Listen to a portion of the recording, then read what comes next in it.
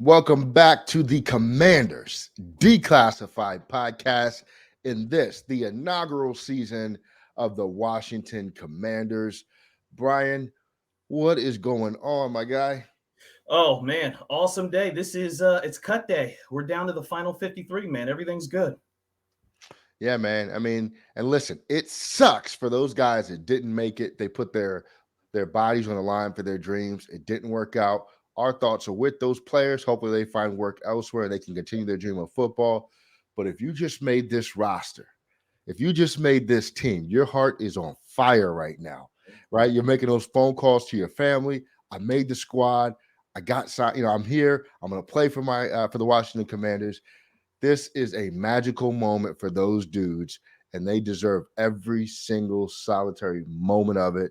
Take it in, breathe it in, and then get ready to work. Shout out to our guy, friend of the podcast, Jonathan Williams, also known as RB3, for making that roster. He proved it in camp. He proved it last year. He's ready to rock and roll. Yes, we are rooting for you, and we are pulling for you.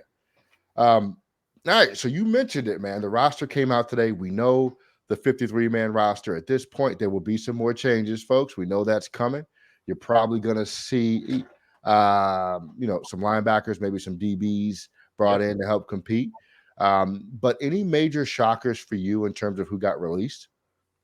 So probably the first one is Danny Johnson. Now, Danny Johnson would be a bottom of the roster guy, but being that we need help with cornerback, right? The depth at cornerback is pretty thin.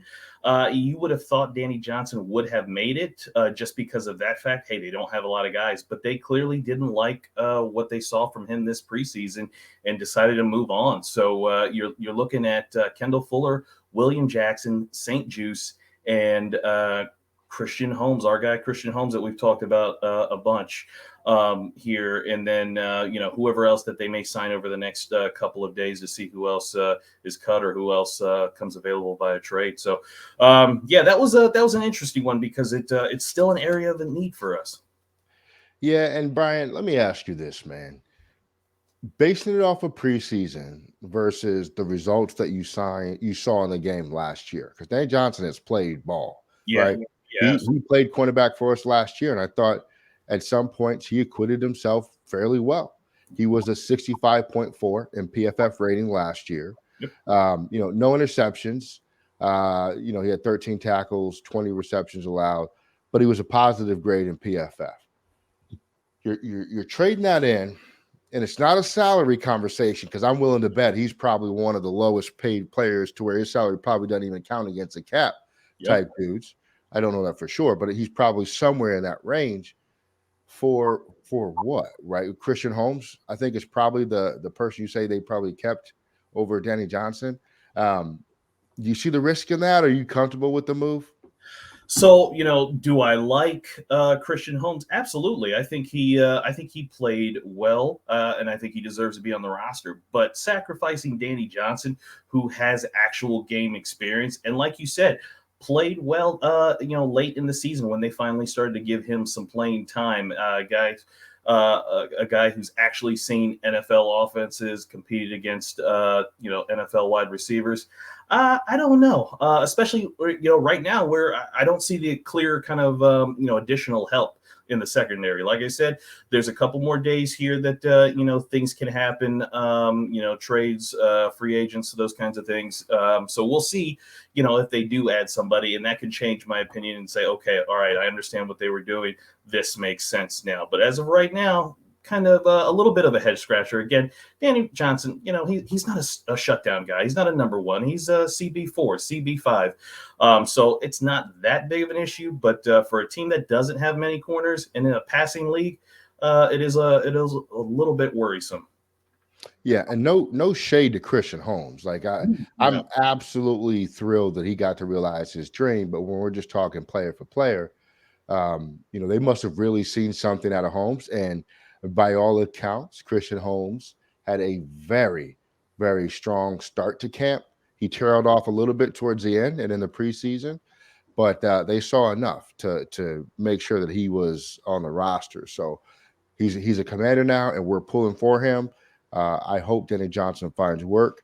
I'm going to give the rest of the transactions that were made by the team today. And shout out to Brian, who updates our list, our free agency frenzy list. If you haven't seen it, it's out there. Our Commanders all-season tracker. Brian has kept up to date with every single move that the Commanders have made from the start of the offseason until now. Make sure you go to WFTDeclassified.com, bookmark the site, favorite the site, do whatever you got to do, but make sure you're plugged in with this. Also, subscribe to all of our channels, content, whatever you need. But nonetheless, today, the moves. Kaliki Hudson is out of here as a linebacker. Brian, good move, smart move? Yeah, he didn't play that much, and any hopes that we had of him kind of being the Buffalo nickel or taking a starting job as a full-time linebacker never amounted to anything. So you're keeping a guy around who's essentially just taking up space. We need to get better. This is what good teams do. They replace guys who have very minimal impact, and they try to get guys who are a little bit more competitive. So I absolutely like it. If he's not contributing, he's not developing like the way that you thought he would develop, then what are you keeping him around for? At that point, you've got to move on, right? Find somebody else who's going to be a little bit more competitive, who's going to contribute a little bit more, whether it's special teams, whether it's actually on the field on defense, whether it's in coverage versus the run, pass rush, whatever the case may be. Find somebody else. So, no, I like the move. Hopefully, Milo Eifer, if that's the guy that they kind of traded for, essentially, by keeping him on. Hopefully, he shows us something and gives us something a little bit more because we never really saw too much from Hudson. And if I called him Kaliki again, it's Kalik Hudson. I want to be sure. Yeah. No comments. Don't tweet at us. Kalik Hudson. We got it. We got it. No.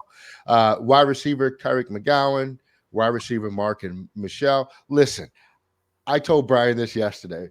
I would have sworn Mark and Michelle was going to make the roster and be a stud because of the way that he performed at that open practice. Buddy was everywhere. He did. Killing it out there. But it just goes to show there's more to the story than what you see out of one practice. And I guess there just wasn't enough there to crack the top 6 wide receivers that they kept. And let me ask you this. Somebody, especially like a guy like Mark and Michelle, where he knows he's got an uphill battle, like why isn't somebody like Mark and Michelle back there also trying to return kicks, trying to return punts? When you know that you are, facing a kind of a loaded wide receiver room and you're trying to make the roster, wouldn't you try to do everything you can to show the coaches, hey, I've got some type of value here for you? I mean, just to make it as a receiver only on this team. I mean, if you look at Dax Milne, I mean, Dax Milne's going to do some kind of returning, punts, kicks, whatever the case may be, in addition to being a wide receiver. I would have thought, Mark and Michelle would have, at least taken some kicks or some punts, but he didn't. I just don't understand those types of guys when they don't do some of those things and they know that they're up against it. A couple things to remember.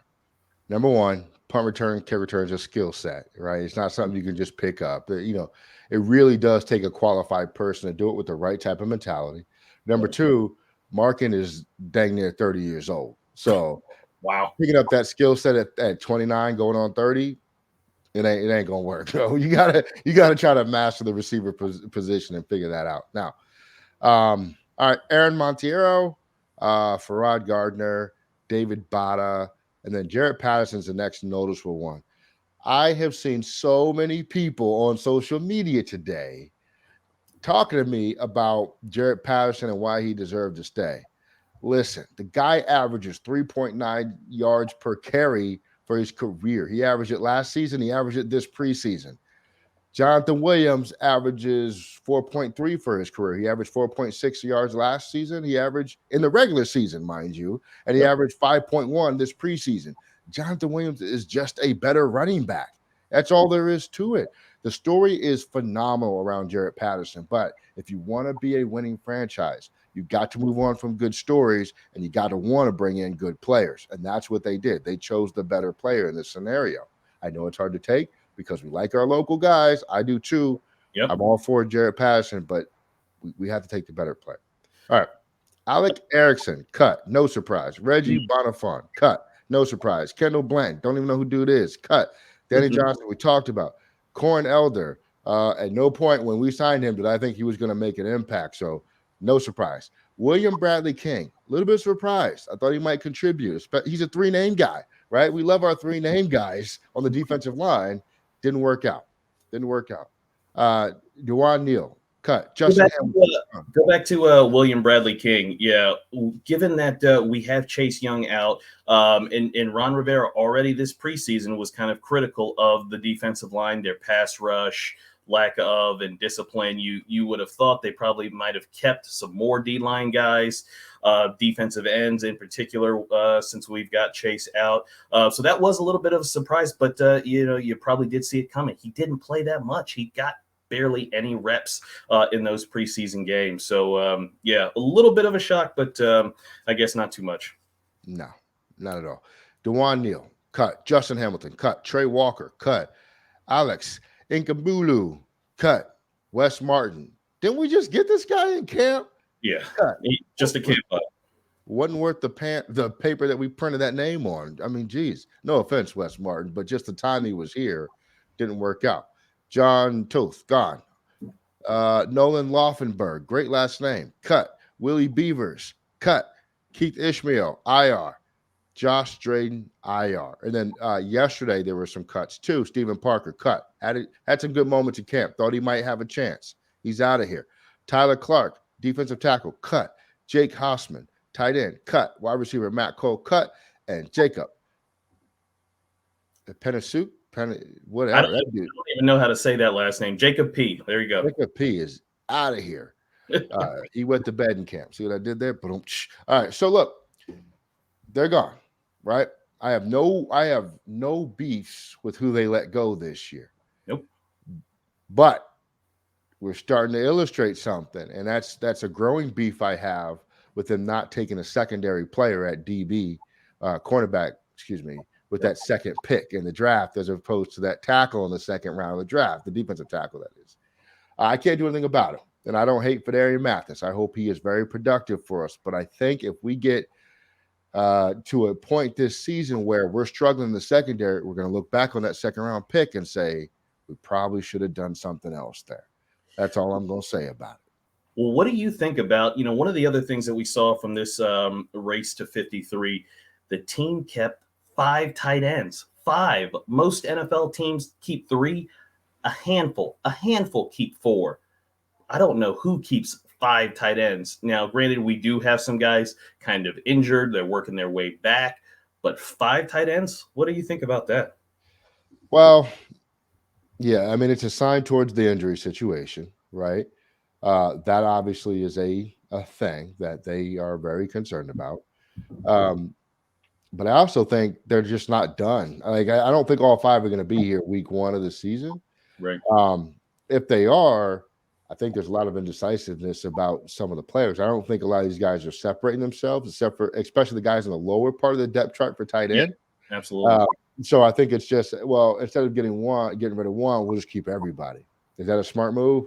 I don't know. But if you look at it like, well, which of the other guys that we cut would you bring back to kick one of the tight ends off?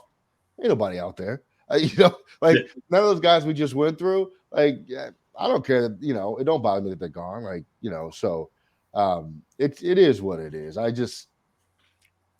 think it's really a sign of the lack of real quality backup depth that we have at tight end, more so than anything else. And, one of the things that, I've been critical of Ron. I mean, I love Ron. I think I want him to be the head coach and I want him to win here. But I've been critical of some of these draft picks of his just not really, making a lot of sense, not having the traits that, they should have. Again, he let go of Hudson. I mean, this was a guy that this was one of his first picks when he got here in 2020. And again, at linebacker, right? This is his specialty, Del Rio's specialty. And these guys just aren't panning out. What are your thoughts kind of on these on some of his draft picks that he's been letting go? At least he's not afraid to let go one of his draft picks.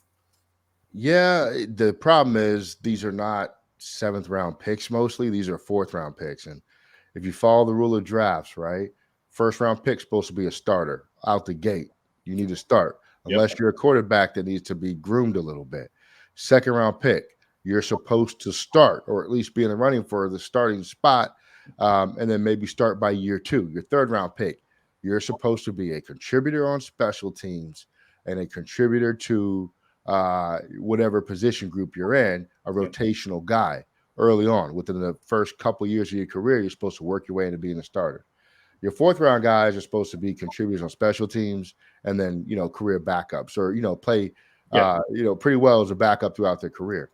Most of the guys we're talking about never achieved either one of those things, right? Right. AGG never was a factor on special teams, never was a factor as a backup in the receiver room. Khaleke Hudson, some say he was good on special teams. The stats didn't show that, but I'm sure he was down there gunning his tail off or blocking his tail off. But what did it amount to? And no impact whatsoever on the defense. So, we have to get better at our evaluation of talent pronto. We Yep. are 3 years into this. It's time. We need to get, the right folks in the room to help us make better personnel decisions. And every team misses, right? Every team whiffs on draft picks almost every year, except for like the Ravens and the Steelers for some reason. They never seem to miss. But so it's not unheard of. But when you're a team that's been as bad as we have for as long as we have, we got to be better than everybody else in this particular department, especially because we have such an issue getting free agents to come here. We got to hit on the draft. So I don't love to see it. And one of the things that I think it really leads me to think about is they don't have a plan. It doesn't feel like they have a plan for what they want this roster to be, other than good character guys.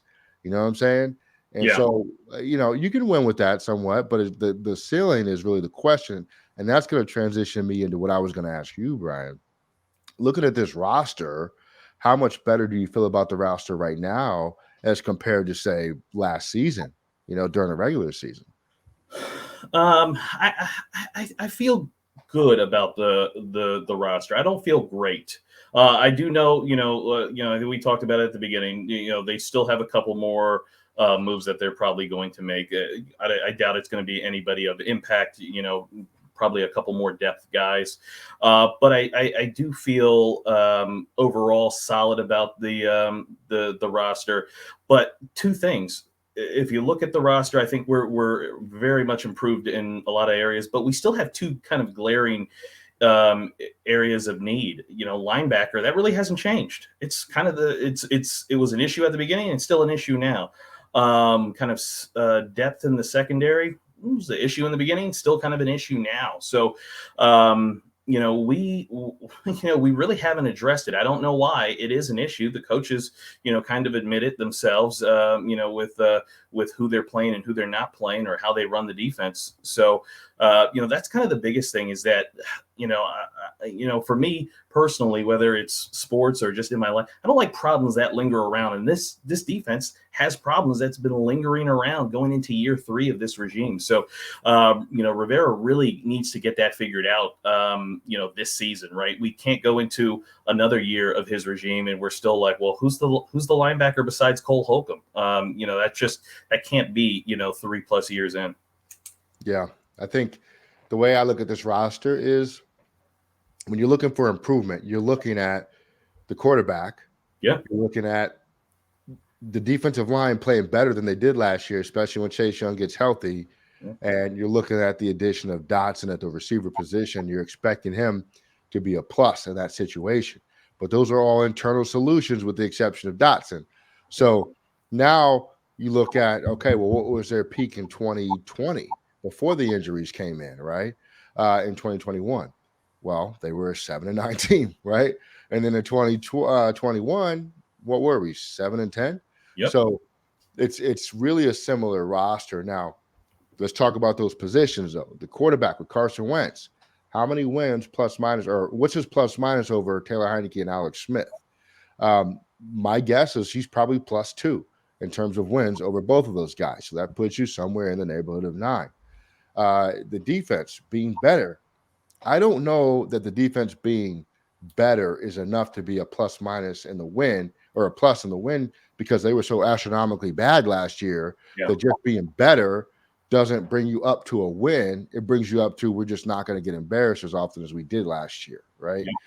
Yeah. And then Jahan Dotson.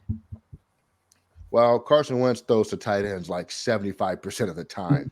Yeah. So I think Johnson is a plus in terms of what he brings to the team. I don't know that I see it as a plus in terms of win plus minus, right?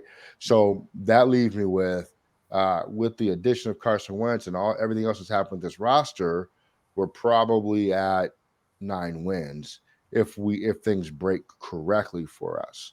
Um, if not, we'll see. Then we're probably at our base of 7, which is sort of our seems to be our floor under the Rivera tenure. So I don't know. It just part of me is disappointed that they didn't approach the offseason more aggressively, Yeah. especially when you see what the rest of the division is doing. Because you have to ask yourself internally, even if you're not going to say this out loud, but are we trying to compete for the division when the Eagles are trading for AJ Brown? When they're getting all these picks for their defense, they're signing all these guys in the secondary. We're going to have some stiff competition. So I look at this as a wild card play, and if we win the division, that's a bonus. But we're really targeting that wild card. Yeah, and I think the two big things here are that we'll look at once the season's over and see which one was really the right way to go about it. Right? You just mentioned it, like the Eagles, all the other teams in the NFL. They attack the offseason. They try to go out, make trades, make moves to strengthen their football team. And Ron Rivera has very much stuck to the "I like my guys." I mean, he said this, right? These aren't kind of made up things that I'm saying here. Rivera has said these own words. I like our guys. I want our guys to develop because I believe that our guys can do it. And that's why we've seen a lot of not a lot of moves, not a lot of trades, and really just kind of waiting for these guys to develop or this inaction on Rivera's part. And we'll see if that pays off this year. So far it hasn't really looked like it's going to pay off. I mean, outside of, getting Carson, he hasn't really done anything to kind of improve the team necessarily just yet. So it'll be interesting if that kind of pays off, or if some of these other teams like the Eagles who have made all these moves, if that type of approach pays off, because they're complete opposites, right? Just kind of staying put, not doing a whole lot, and doing everything you can to win. So that's kind of what I'm looking at as an overall for the season. Like, is Ron, right? Is all his guys going to kind of blossom this year? Or is it going to be those other teams that kind of, did what the Rams are doing or did what the Eagles are doing? Yeah. And if you look at the last several Super Bowl champions, they did what you're talking about. You mentioned the Rams. Look at the Bucks. They went out and got a Tom Brady. They got guys to plug in to help them where they were not excellent at, including Rob Gronkowski. So the model Rivera is going forward with is really more of the older model. Now, look, classic cars look great on the road today too, so it can Yep, work, right? that's right. That's right. You just got to take care of it in the right way, man. But you have to ask yourself: are we playing for the Super Bowl, or are we playing to be relevant, right? With the roster construction they've done. I want to be in contention for the Super Bowl every year, starting week 1, right? When Yep. everybody's 0-0. Now, can our roster push us there? I don't know. These guys know the talent much better than I do. Um, I hope that that's their vision. I hope they're not saying we just want to be relevant. I hope they're saying we want to put together a team that can win a Super Bowl, because that's what really matters, right? And if you're only aiming for relevancy to start the season, you're probably going to fall short of that, right? Because most teams that aim for the Super Bowl, only 2 of them get there and 1 of them wins. So Yep. most people don't hit their goals. Just set your goals as high as possible. That's my philosophy anyway. All right.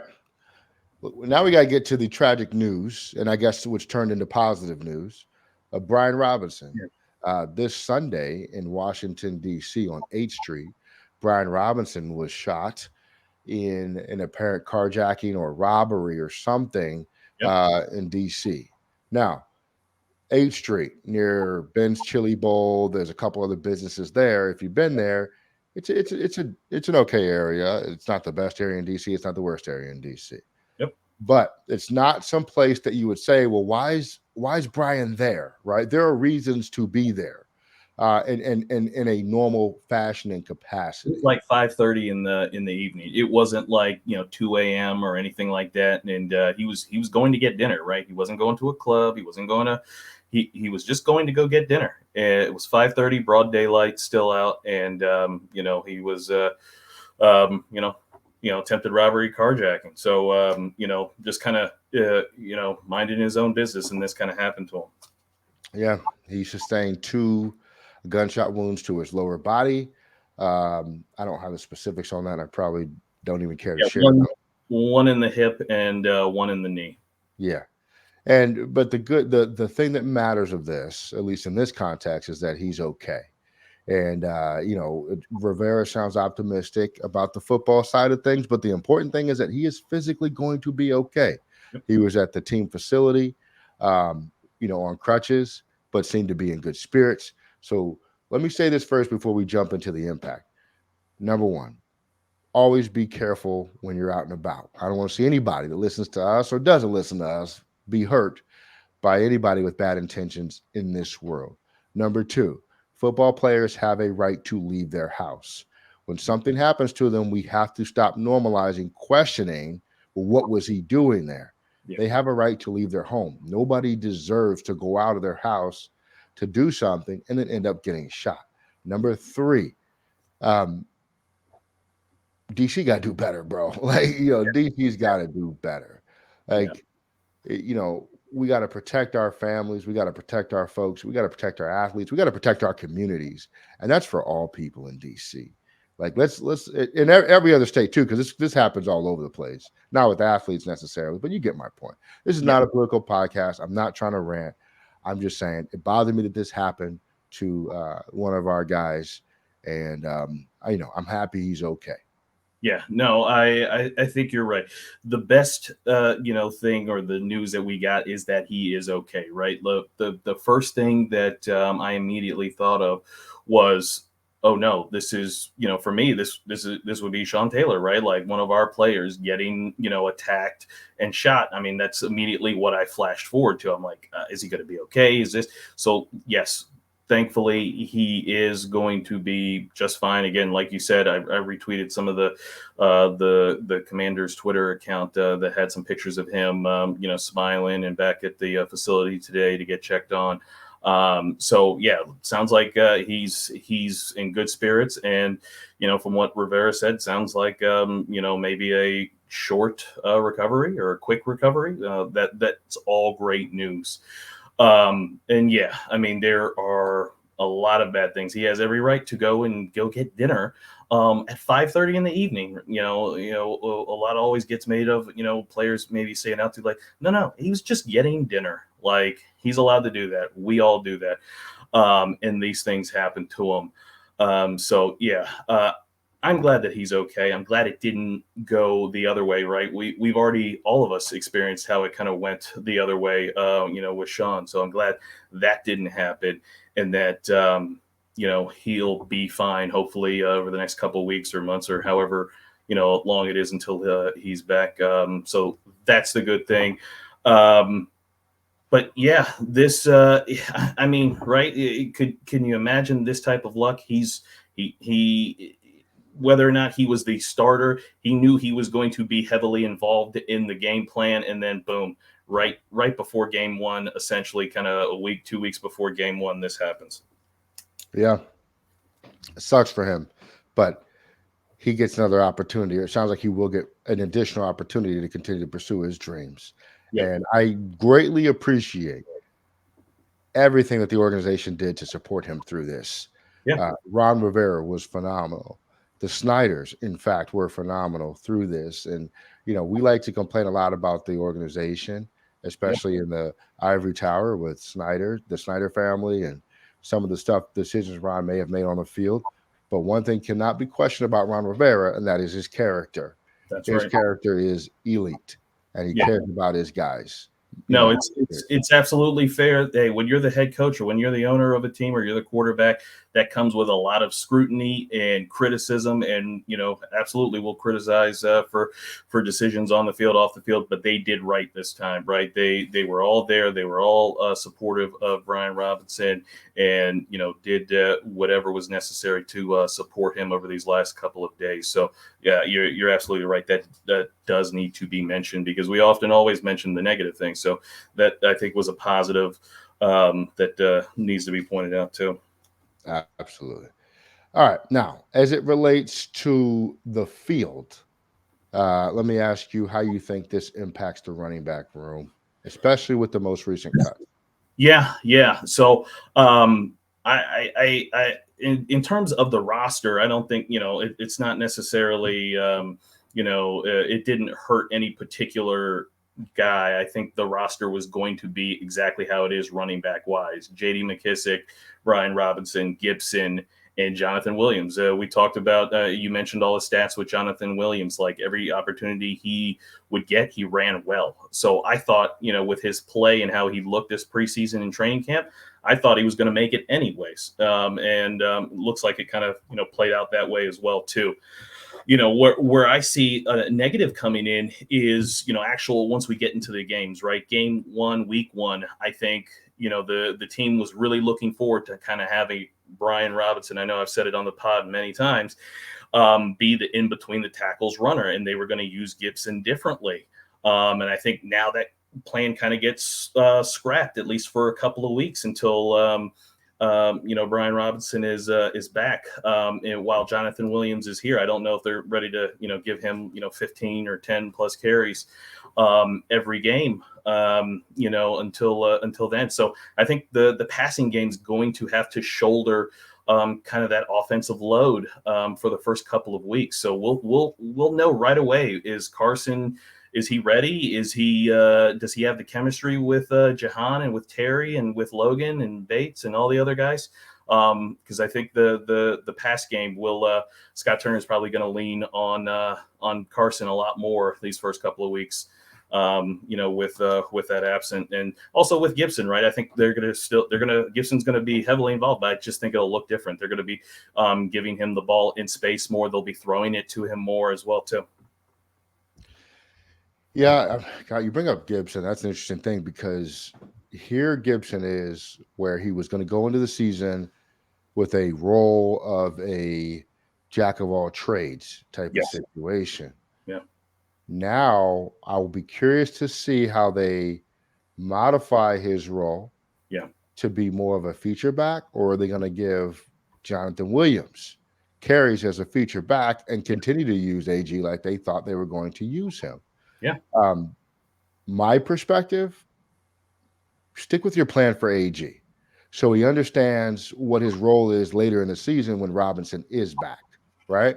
Use Jonathan Williams as your primary or your feature back, between the tackles and all that other stuff, which he's shown to be effective at, and let AG develop into what you want him to be this year because his first 2 years in the league, you didn't develop him in that aspect. You kept him solely behind the quarterback, running north and south and then east and west. But I want to see him in space. I don't want to change that plan because Robinson is out for a few games.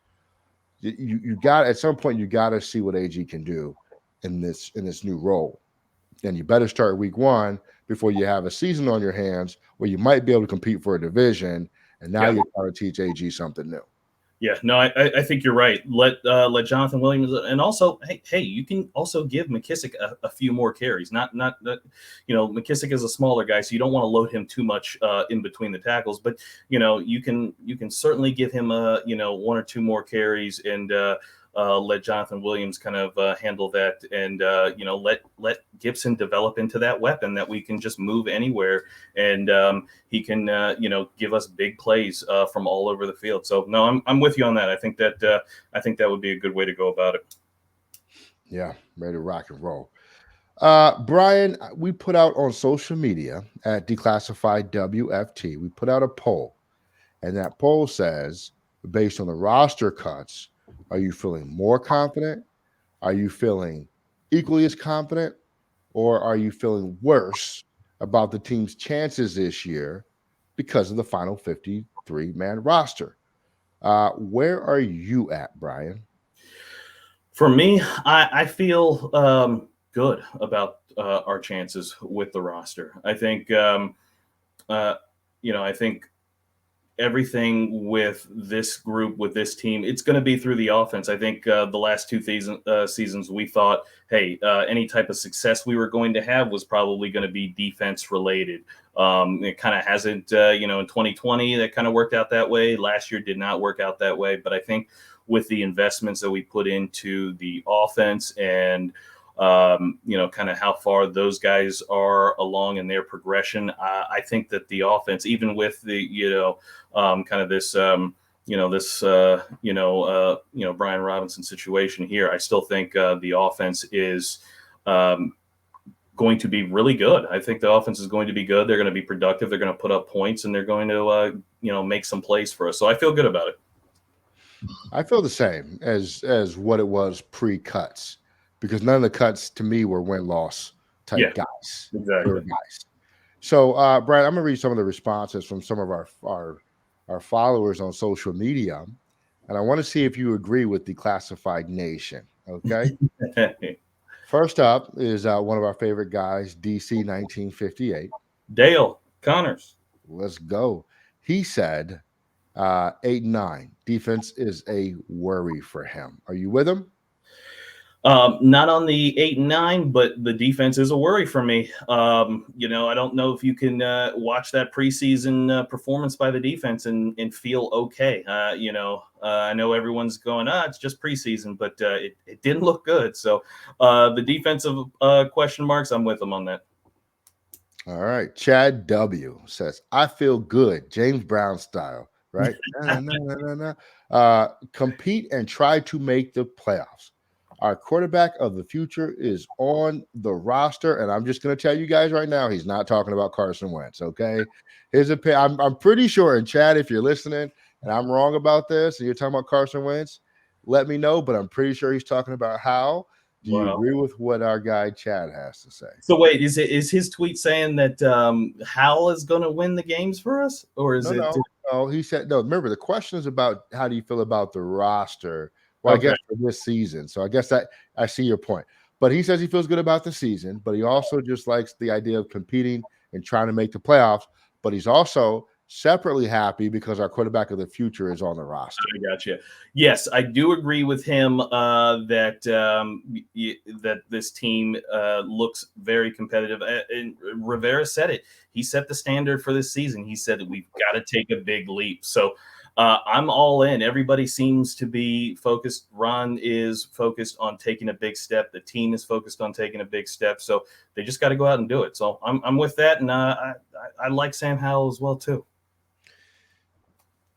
Well, yeah, a little advantageous with the quarterback of the future. I'm going to say pump your brakes a little bit. Yeah, we've seen, but let's slow down, Chad. Now you're our guy. Shout out to Chad. All right, our guy Les. I've never seen a person who hates my tweets more, but this is my guy. Les don't like nothing I tweet. No, Les is my guy. Shout out to Les. He says, I feel great. 11 wins incoming. Hasn't changed at all for him based on the roster cuts. You agree with Les? I definitely agree with Les. That's the record that I picked last time we went over the records, 11-6. Let's go. Les, you're the man. All right. Our guy Mike, just your average fly guy. Also, I think he's Red Tree Mike. He has two handles. Running some espionage there, I guess. Shout out to Mike. He says, I feel worse after seeing us play in the preseason. No particular mentions about the roster transactions, but he's just feeling down after the preseason. Where are you at with that? Yeah, no, I understand how people can, right? The first team offense did not score a touchdown. The first team defense looked like last year's defense, got no stops on third downs at all. So, yeah, if you just kind of look at it from that standpoint, it doesn't look good. So I agree with them that, it didn't look ideal. But you could see the offense was better than what we had last year. They were able to, be on schedule, be a little bit more on time, put together more plays. The defense, they need to get better. Hopefully that changes come week one and they unleash something that we didn't see. But I'm still feeling confident. So I can't fully go with him on that, but I understand where he's coming from. All right. If you have not voted, it is still available and up, and you can vote at Declassified WFT on Twitter. Drop your vote, drop a thought as well. We love to see them all counted. Make sure you're interacting with us on social media. Make sure you are, favoriting our site, WFTDeclassified.com, Yep. and you subscribe to all of our YouTube and audio platforms. Brian, the Jags are coming fast. Week 1 is only what? 2 weeks away, man. A little over 2 weeks. Any early thoughts on the Jacksonville game? Are you concerned with that matchup, or how do you feel about it from a 10,000-foot view?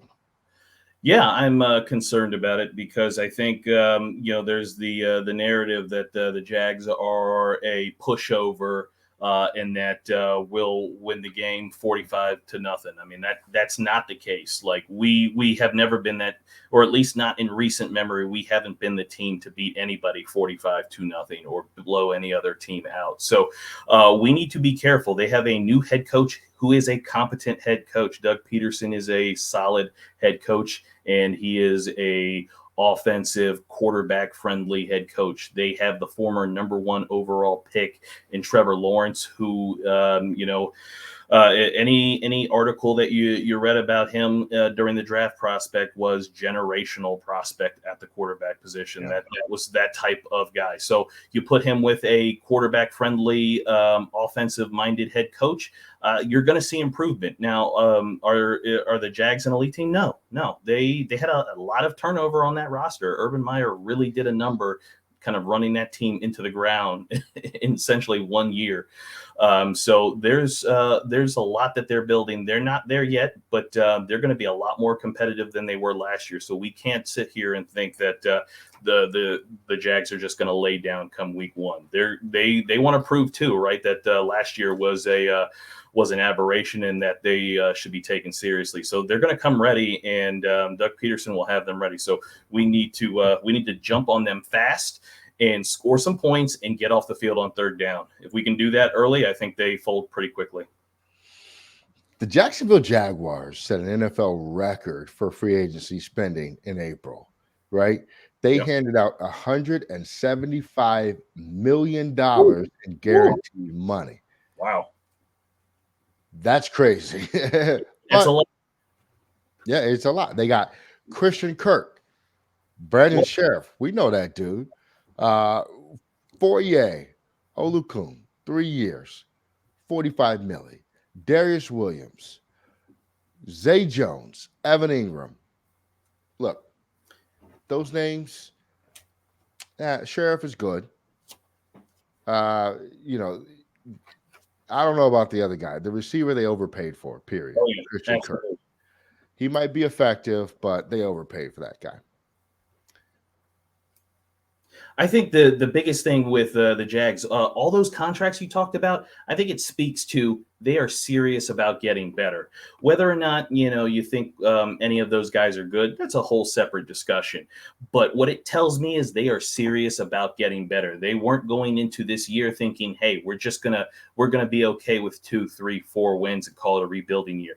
No, they want to compete this year. They believe that they have that quarterback of the future, that generational talent. I do. I think Trevor Lawrence is awesome, and I think he's going to really shine under Doug Peterson. But, all of that guaranteed money, all those contracts, that tells me they want to compete, and they want to compete now, and they want to give their quarterback, some protection and some weapons.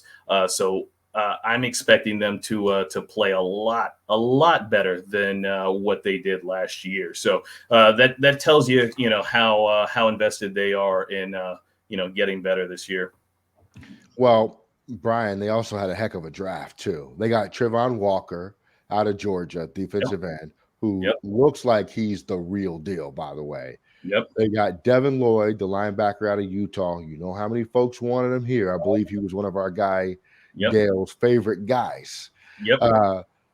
They got a center out of Kentucky. They got Chad Muma. Remember this dude, Chad Muma, the linebacker? He took two linebackers, all guys that a lot of Washington fans wanted here with that 2nd round pick, but they got them both. Yep.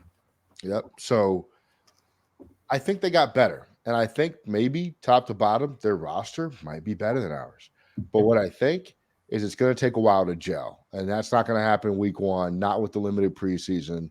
So I think we're better than the Jags as of right now, just based on experience, right? They got a lot of new guys, a lot of young players too.